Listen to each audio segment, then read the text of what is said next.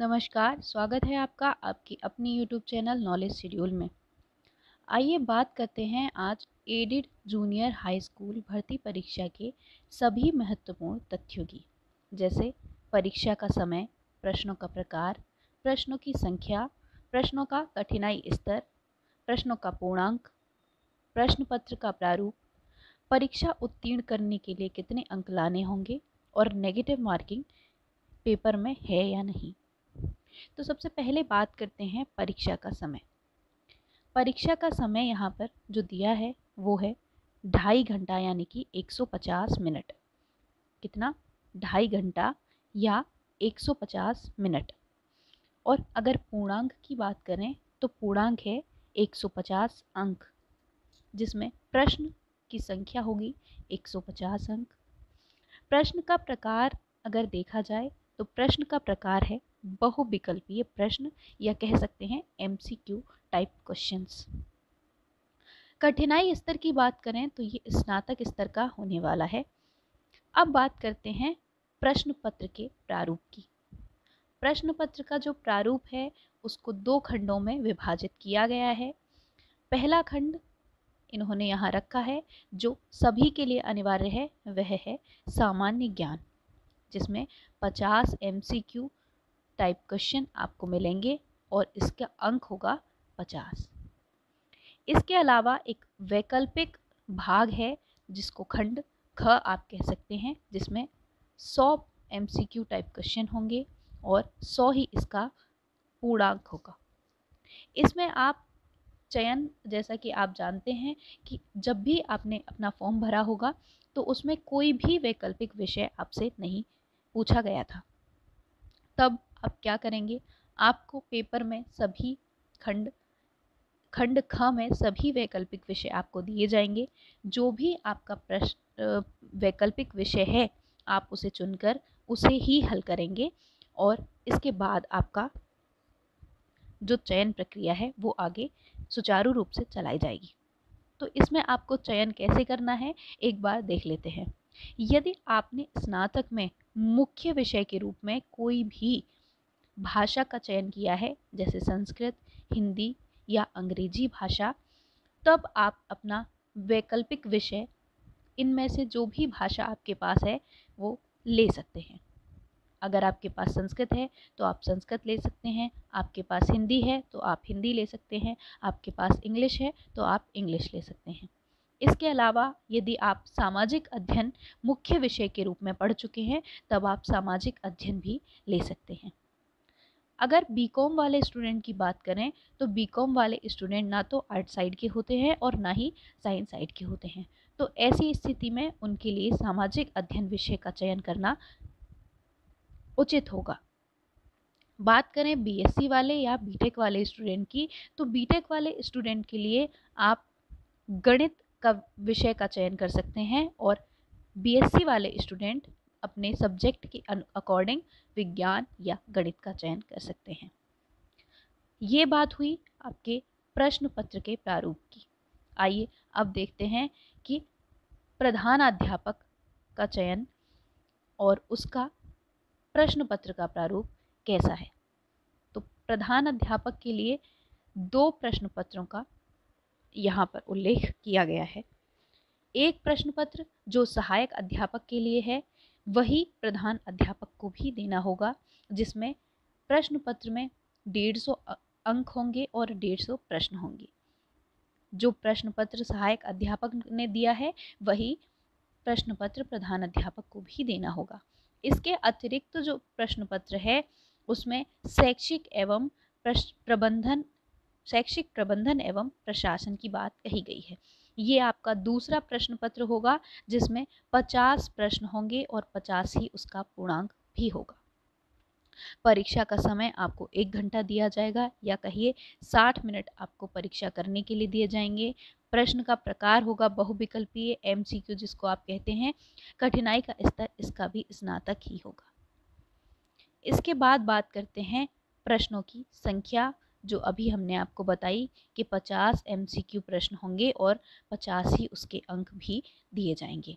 तो कुल मिलाकर प्रधान अध्यापक का जो दोनों प्रश्न पत्र होंगे उनका पूर्णांक हो जाएगा 200 और जो सहायक अध्यापक का पूर्णांक है वो हो जाएगा 150। दोनों की भर्ती प्रक्रिया में थोड़ा सा जो डिफरेंस है वो हम साथ के साथ बताते हुए आपको चलेंगे। तो आइए अब बात कर लेते हैं कि उत्तीर्ण करने के लिए परीक्षा को कितने अंकों की आवश्यकता होगी। तो यदि आप सहायक अध्यापक की बात करें तो 150 अंक का जो आपको पूर्णांक मिलेगा उसमें से आपको 65% अंक लाना अनिवार्य है, यानी कि आप 97 अंक यदि लाएंगे तब आप उत्तीर्ण माने जाएंगे। ये बात कही गई है जनरल कैंडिडेट्स के लिए। यदि आप अनुसूचित जाति, अनुसूचित जनजाति, अन्य पिछड़ा वर्ग, स्वतंत्रता संग्राम सेनानी आश्रित, भूतपूर्व सैनिक स्वयं या दिव्यांग अभ्यर्थी हैं तब आपको न्यूनतम अंक 60% लाने होंगे, या कहिए 150 में से 90 अंक आपको लाने होंगे, तभी आप उत्तीर्ण माने जाएंगे। अब बात आती है यदि आपने उत्तीर्ण कर लिया तब क्या आप चयन प्रक्रिया में शामिल हो पाएंगे, तब क्या आपका चयन सुनिश्चित हो जाएगा? जी नहीं, क्योंकि इसमें जो जगह हैं, जो पदों की संख्या है वो लगभग 15,000 प्लस है। तो इतने कम पद होने पर ऐसे अभ्यर्थियों की संख्या बहुत होगी जो 65% से अधिक अंक लाएंगे। तो इस स्थिति में आपकी मेरिट बनाई जाएगी और मेरिट में यदि आप 1500 अभ्यर्थी में ऊपर से होते हैं तभी आपका चयन सुनिश्चित होगा। ऐसा कदापि नहीं है कि आपने 65% अंक जनरल कैटेगरी में अगर आप हैं आप ले आए और अन्य कैटेगरी में आप हैं आप 60% अंक ले आए तो आपके चयन सुनिश्चित हो गया। इसके बाद प्रधान अध्यापक की बात करें तो अभी जैसा हमने बताया 200 अंक का इनका प्रश्न पत्र होगा और इसमें से यदि 65% आप देखें तो 200 में से 65% अंक होंगे 130 अंक। यदि आप जनरल कैटेगरी में हैं तो आपको 130 अंक लाना अनिवार्य है, तभी आप उत्तीर्ण माने जाएंगे। इसके अलावा आप अनुसूचित जाति, अनुसूचित जनजाति, अन्य पिछड़ा वर्ग, स्वतंत्रता संग्राम सेनानी आश्रित, भूतपूर्व सैनिक स्वयं, दिव्यांग श्रेणी के अभ्यर्थी आदि हैं तब आपको 60% अंक या कहिए 200 में से 120 अंक लाना अनिवार्य है, तभी आप उत्तीर्ण माने जाएंगे। लेकिन इसमें भी यही बात मैं कहूँगी कि अगर आप उत्तीर्ण हो गए हैं तो ऐसा नहीं है कि आपका चयन सुनिश्चित हो गया है। आप इसके बाद भी आपकी मेरिट लगेगी और उसके बाद ही यदि मेरिट में आपका नंबर आता है तभी आपका चयन सुनिश्चित होगा।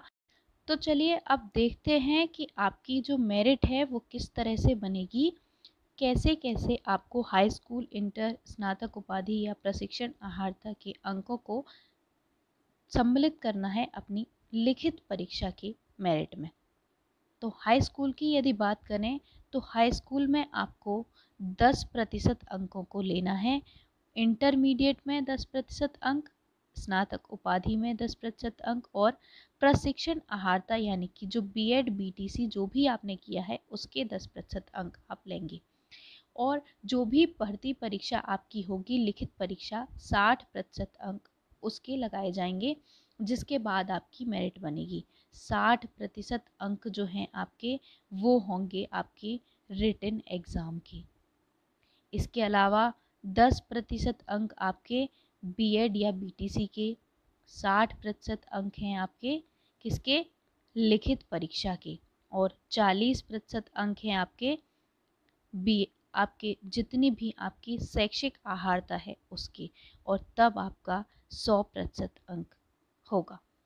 आप अपने शैक्षिक अहार्ता के जितने भी अंक आपके बनते हैं आप उसकी मेरिट लगाइए और उसका अनुमान फिर लिखित परीक्षा में आप जितने भी अंक लाते हैं उन दोनों का ऐड करके आप देखिए आपका कितना मेरिट बन रहा है, और आपकी उम्मीद फिर आपको पता चल जाएगी कि आपका नंबर आना है या नहीं आना है। उस हिसाब से आपको कितनी कैसी तैयारी करनी है तभी आप ये कर पाएंगे। तो ये आपने समझ लिया कि आपकी मेरिट कैसे बनेगी। अब बात करते हैं नेगेटिव मार्किंग की। तो ये जो एग्ज़ाम है इसमें नेगेटिव जो मार्किंग है उसका कहीं भी उल्लेख नहीं किया गया है, यानी कि आपकी नेगेटिव मार्किंग इसमें है 0। 0 आपकी इसमें नेगेटिव मार्किंग है, यानी कि नेगेटिव मार्किंग आपकी यहाँ नहीं है, नेगेटिव मार्किंग आपकी नहीं है। तो आप इसमें सारे प्रश्नों को हल कर सकते हैं और अपना पेपर अच्छे से अच्छे तरीके से दीजिए और कोशिश करिए कि आपका चयन यहाँ हो जाए। चलिए आगे फिर मिलते हैं अगली वीडियो में एक अलग टॉपिक के साथ, एक अलग इन्फॉर्मेशन के साथ। आज के लिए सिर्फ इतना ही। वीडियो पसंद आया हो तो चैनल को लाइक, शेयर और सब्सक्राइब ज़रूर कीजिएगा। धन्यवाद।